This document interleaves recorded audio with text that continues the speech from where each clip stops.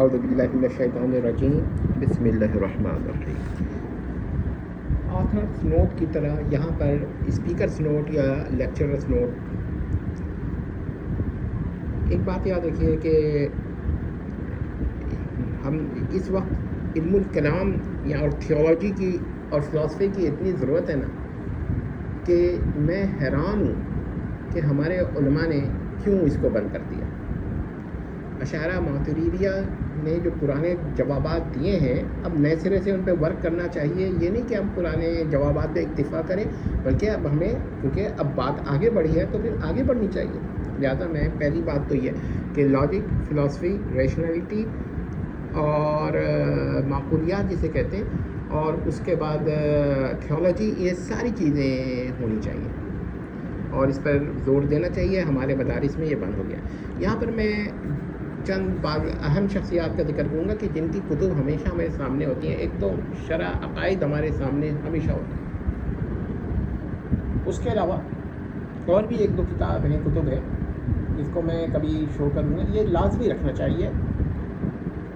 اس کے علاوہ مولانا قاسم نانوتوی کی جو کتب ہیں نا وہ بڑے علمی شخصیت ہیں، اور میں ابھی بھی کہتا ہوں کہ علم فضل میں وہ فضل خیر آبادی کے ہم پلہ تھے، برابر تھے، مساوی تھے، ان سے کم نہیں تھے۔ لیکن انہوں نے جس پائے کے عالم تھے انہوں نے اس پائے کی اتنی کتابیں نہیں لکھی، کتب نہیں لکھی۔ اگر وہ کتب لکھتے اور اپنی ساری عمر ان تحقیقات پہ، معقولیات پہ لکھتے تو پھر لوگوں کو پتہ چلتا کہ اپنے وقت کے کتنے بڑے عالم تھے۔ ان کی بعض باتیں جو انہوں نے لکھ دی ہیں ان سے بڑا استفادہ ہوتا ہے، اگرچہ انہوں نے جس طرح لکھی ہیں ان سے اخذ کرنا ہر ایک کا کام نہیں ہوتا۔ تو لہٰذا ہمیں تو افسوس رہ گیا کہ ان پر اعتراضات کم ہوئے اور تو انہوں نے جوابات بھی کم دیے۔ اگر وہ جوابات دیتے رہتے تو یہ ایسے ہمیں مواد مل جاتا ہے جو نہیں ملتا ابھی نہیں۔ تو میں مولانا قاسم نانوتوی کا بڑا فین ہوں اس لحاظ سے۔ ظاہر ہے کہ کچھ لوگ ان کو کافر کہتے ہیں تو ان کا تو اعتبار نہیں ہے، کیونکہ محترم جو لوگ حضرات کہتے ہیں۔ تو یاد رکھیے گا کہ ایک دوسری بات، تیسری بات یہ ہے کہ البراہین القاطعہ میں اگرچہ یہ فقہی مسائل میں زیادہ ہے مگر کچھ باتیں اس کی بڑی علمی ہیں۔ اگر آپ کوئی اخذ کرنا چاہے تو اس سے استدلالات میں بڑا فائدہ ہوتا ہے۔ یہ ضرور پڑھنی چاہیے چاہے مخالف ہی کیوں نہ ہو، لیکن یہ سے کتاب دیکھیں۔ اس کے بعد ایک بات میں اور کہنا چاہوں گا کہ حضرت امام اہل سنہ شاہ اسماعیل شہید کی جو کتب ہیں نا بڑی اہم ہوتی ہیں اور اس کو ضرور نظر میں رکھنا چاہیے۔ اگرچہ ان سے ہر ایک آدمی ہر چیز ہر جگہ اخذ نہیں کر سکتا، بعض دفعہ کوئی اور بات ہو رہی ہوتی ہے لیکن کوئی اور چیز اخذ ہو جاتی ہے، تو یہ بہت ہی اہم بات ہے، اس کو ذہن میں رکھیے۔ یہ باتیں ہوں گی۔ اس کے بعد آپ اگر اسلام کے علاوہ بھی دین میں سمجھیں تو ایکونس تھامس کی جو سما تھیولوجی کا ہے یہ بڑی ایک اچھی کتاب ہے، اگرچہ اس کے اندر غیر اسلامی مواد اور ٹرینیٹی وغیرہ کی دفاع موجود ہے، لیکن ہم جو چیز ہمارے نظریات کے خلاف ہے اسے آپ قبول نہ کیجیے، مگر علمی طور پر آپ اس کا مطالعہ ضرور کیجیے۔ اکیڈمک ڈسکشنز لازمی ہونے چاہیے۔ یہ باتیں میں نے اس لیے کہیں کہ ہمارے جو لوگ ہیں انہوں نے یہ سمجھ لیا ہے کہ ابن العربی نے جو لکھ دیا بس وہ حرف آخر ہے، اب کسی اور دلیل کی ضرورت نہیں ہے، یا اگر کسی نے مولانا قاسم نانوتوی نے جو لکھ دیا ہے تو مزید اس کی تحقیق کی ضرورت نہیں ہے، یا شرح عقائد کے بعد آگے تحقیق کی ضرورت نہیں ہے۔ ہمارے پاس اور بھی ایک کتب ہیں جو کیا کہتے ہیں، کیونکہ میں ذاتی طور پر ابن الرشد کا مخالف ہوں تو ابن رشد کے دلائل جو ہیں اس کو توڑنے کے لیے بہت اہم ضرورت ہے کہ کام کیے جائے۔ بہرحال یہ سب باتیں میں نے آتھرس نوٹ میں کہہ دی ہیں کہ کتب کا مطالعہ ضروری ہے، اور وہ حضرات جو کہتے ہیں علم و کلام کی اب ضرورت نہیں ہے یا یہ ماضی کی چیز ہو گئی ہیں، وہ میرا خیال ہے کہ حال سے واقف نہیں ہیں اور انہوں نے ہر چیز سے صرف نصر کیا ہوا ہے۔ ایک بات یہ ہے کہ دیکھیے جب بھی کبھی اعتراض ہوتا ہے اسلام پر تو آپ اس کو برا نہ سمجھیں، بلکہ آپ جواب دینے کے لیے مستعد ہوں، محنت کریں۔ آپ خود ہی حق اور باطل آپ کو پتہ چل جائے گا کہ ان کے دلائل مضبوط ہیں یا ہمارے دلائل مضبوط ہیں، ان کے سوالات اہم ہیں یا ہمارے جوابات اہم ہیں، ان کے سوالات صحیح ہیں یا ہمارے جوابات صحیح ہیں، یہ خود ہی پتہ چل جاتا ہے اعتراضات کے بعد کہ ان کے اعتراضات وارد ہو رہے ہیں یا ہمارے جوابات ان کو صحیح طرح ان اعتراضات سے ان کا دفاع کر رہے ہیں۔ اسی لیے میں کبھی اس چیز کو برا نہیں سمجھتا۔ ہاں، کچھ حضرات ایسے ہیں جن کی لینگویج ایبیوزنگ ہوتی ہے، جن میں سے ایک نام تو ان کا لینا مناسب فی الحال نہیں ہے، لیکن وہ جہلم سے تعلق رکھتے ہیں، تو آپ سمجھ لیں کہ ان کے لینگویج ویسی نہیں ہے جیسا کہ ہونی چاہیے، اکیڈمک نہیں ہے، تو ان کی باتیں سن کر ذرا حیرت ہوتی ہے کہ پڑھا لکھا انسان بھی اس طرح کی غیر اخلاقی جملے کہہ سکتا ہے۔ لیکن اس کے مقابلے میں واقعی جو معترض صاحب ہیں، اگرچہ وہ اسلام پر ہی اعتراض کر رہے ہیں، لیکن ان کا لہجہ دھیما ہے، تو ان کے اعتراض سن کر آدمی محسوس کرتا ہے کہ یہ جو بھی ان کے نظریات ہیں، مگر یہ ایک ایسی شخصیت ہے جو علمی گفتگو کرنا چاہتے ہیں، اس کو آپ برا مت سمجھیے، یہ پھر بھی ان کا جو طریقہ ہے بہت بہتر ہے، بہت بہتر ہے بنسبت ابھی جن کا میں نے موصوف کا نام لیا تھا، جن کا اشارہ کیا تھا شہر کا، ان سے۔ تو اس کے علاوہ البتہ میں اتنا ضرور کہوں گا کہ انسان جب منکرین حدیث ہوتا ہے تو وہ پھر انکار خدا تک چلا ہی جاتا ہے، لیکن آج کل یہ طریقہ تھوڑا تبدیل ہو گیا۔ یہ بھی بتا دوں کہ کیا تبدیلی ہوئی ہے۔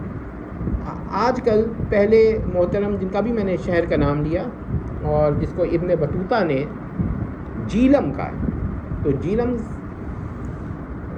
کے صاحب کی طرف جاتے ہیں اور اس کے بعد پھر وہ یاری صاحب کی طرف چلے جاتے ہیں، یعنی کہ پہلے تو وہ صحابہ سے متنفر ہوتے ہیں، اس کے بعد وہ رفظ کی طرف جاتے ہیں، لیکن رفظ میں یہ صلاحیت نہیں ہے تو وہ پھر انکار خدا تک چلے جاتے ہیں۔ تو یہ ایک دوسرا چینل بن گیا انکار خدا کا۔ پہلا چینل تھا انکار حدیث، یہ بھی ایک طریقہ ہے۔ تو یاد رکھیے گا، اور پھر ایک تشدد ہے کہ آپ مخالفین کے نظریات کے خلاف اتنا تشدد کریں۔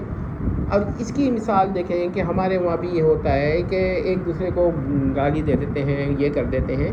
میں کبھی نا امید نہیں ہوتا جواب دینے سے کہ بھائی اعتراض ہے، اللہ کا کلام ہے قرآن، مگر اعتراض اگر کوئی کر رہا ہے تو ہماری ذمہ داری ہے کہ ہم جواب دیں۔ یہ نہیں ہے کہ بھائی وقت ضائع ہوگا، نہیں، یہ ہماری ڈیوٹی ہے، نہیں کر رہے ہم تو ہم گناہ گار ہیں۔ اگر جواب نہیں بن پڑتا کسی سے تو وہ یہ کسی ایسے آدمی سے رجوع کرے کہ جو جواب دے سکے، اور اللہ کی طرف سے امید ہے کہ ہر اعتراض کا جواب ہے وہ ذہن میں ڈال دے گا، کیونکہ ظاہر ہے اللہ ہے، ہمارا یہ ایمان ہے۔ بہرحال اعتراض جب ہوگا تو جواب بھی ہوگا، جب آپ ایک عقیدہ پیش کریں گے تو اس پر اعتراض بھی ہوگا۔ باقی یہ کہنا کہ ایک اسلام سے جو خدا کا منکر ہو جاتا ہے، ہاں ایسا ممکن ہے کہ کوئی پہلے باری تعالیٰ کا قائل ہو اور پھر انکار کر دے، خواہ پہلے وہ مسلمان ہو، مسلم ہو یا غیر مسلم ہو، مثلا کسی اور مذہب سے تعلق رکھتا ہو، یہ ممکن ہے، لیکن اس کے اعتراضات کیا ہیں، ہمیں بحث اس سے ہے، اس سے نہیں ہے کہ وہ پہلے کیا تھا۔ اب وہ اعتراض اگر علمی کر رہا ہے تو اس پہ غور کرنا چاہیے، اس پہ فکر کرنی چاہیے۔ ہاں اگر وہ ایبیوزنگ لینگویج استعمال کر رہا ہے، جیسا کہ محترم جن کا جس شہر کا نام لیا ہے ابن بطوطہ نے، جس کو جیلم کہا ہے، تو اس شہر کا اگر وہ نام لیتا ہے اور اس شہر کے جو محترم ہیں تو ان کا لینگویج اگر ایبیوزنگ ہے تو اس کا یہ مطلب تو نہیں ہے کہ ہر آدمی کی ہو۔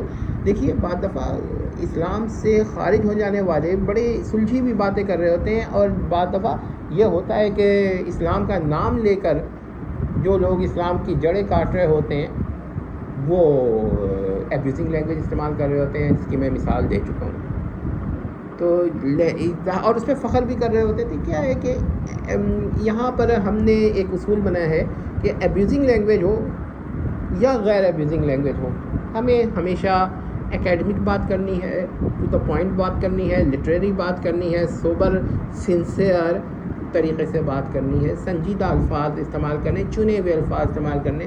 تو یہ ہمارا جو اس دفعہ کا یہ ہوا ہے. اب جواب دیا ہے تو یہ ظاہر بات ہے کہ ہمارا کیا کہتے ہیں ایک ریپرزنٹیشن، ایک رسپانس آیا ہے. ظاہر ہے کہ ہو سکتا ہے وہ اس پہ جواب دیں، وہ تو ایسے بیٹھیں گے نہیں. ظاہر بات ہے کہ کوئی بھی شخص ہوتا ہے جب جواب آتا ہے تو وہ ایسے بیٹھتا نہیں ہے. خود ہم بھی نہیں بیٹھیں گے، ہم جواب دیتے رہیں گے. یہ نہیں ہے کہ ہم ایک دفعہ جواب ہوں گے، لیکن ابھی ہمارا موقف یہ ہے کہ ہم دوسرے اعتراض پہ جائیں گے. اس وقت ہم جواب نہیں دیں. اور ایک آدمی ہر سوال کا جواب نہیں دے سکتا. آپ حضرات سامنے آئیں، علمی طریقے سے بات کریں. شخصیت کی ذات پر اعتراض کرنے کے بجائے شخصیت کے اعتراض پر اعتراض کریں، اعتراض کو باطل کریں، اس کا جواب دیں.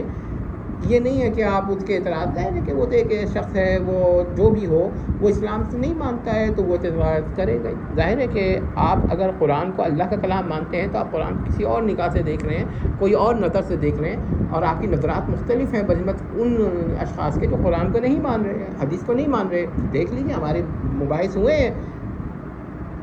ایسے لوگوں سے کیا آپ بات کرتے ہیں؟ بانس بریلوی حضرات نے کیا کیا الفاظ نہیں کہے ہیں، آپ غور کر سکتے ہیں. تو کیا ہے، ہمیں تو یہ نہیں چاہیے کہ ہم اسی لیول پہ آ جائیں. صبح صبح دیکھیے کہ کیسے الفاظ ہیں، کیسے الفاظ استعمال کیے ہیں. میں تو کئی حوالات دیے ہیں میں نے.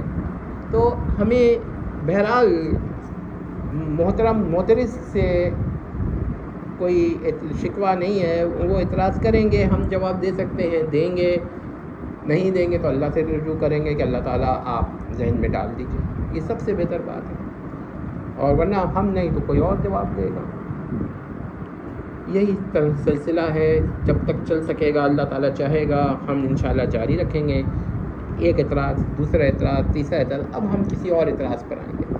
ظاہر ہے کہ ایک ساتھ اب ہمارا کام یہ ہے کہ ان کے رسپانس دیے جائیں. ضروری نہیں ہے کہ اب وہ ہمارا رسپانس کریں. آپ حضرات خود دیکھ لیں. اگر کوئی رسپانس دیتے ہیں تو آپ حضرات خود دیکھیں کہ ہماری جوابات میں ان کے اعتراضات ٹھیک پڑھ رہے ہیں یا غلط پڑھ رہے ہیں. اگر صحیح پڑھ رہے ہیں تو ٹھیک ہے، پھر ہماری ذمہ داری ہے کہ ہم جواب دیں، دوسرا جواب دیں، یا پھر ہم ریفیوٹ کریں. اور لیکن کیا ہے کہ ان کے جو دیگر اعتراضات ہیں اب ایک میں نہیں پڑیں گے، ہم اور بھی جواب دیں گے. انشاءاللہ ہم چیک کریں گے کہ کس کا جواب دے سکتے ہیں. ظاہر بات ہے کہ آدمی ایک وقت میں کتنوں کا مقابلہ کرے. ظاہر بات ہے جب ہم ایک کا جواب دیں گے تو دوسرے کچھ ہم جواب دیتے آ رہے ہیں، اس سے صرف نظر کرنا پڑے گا. یہ تو ایک انسانی فطرت ہے. امید کرتے ہیں کہ لوگوں کو بات سمجھ میں آئے گی اور لوگ اکیڈمک اعتراض کا اکیڈمک جواب دیں گے، لٹریری اعتراض کا لٹریری جواب دیں گے، ریشنل اعتراض کا ریشنل جواب دیں گے، اور لاجیکل اعتراض کا لاجیکل جواب دیں گے، فلاسفیکل اعتراض کا فلاسفیکل جواب دیں گے، تھیولوجیکل اعتراض کا تھیولوجیکل جواب دیں گے انشاءاللہ.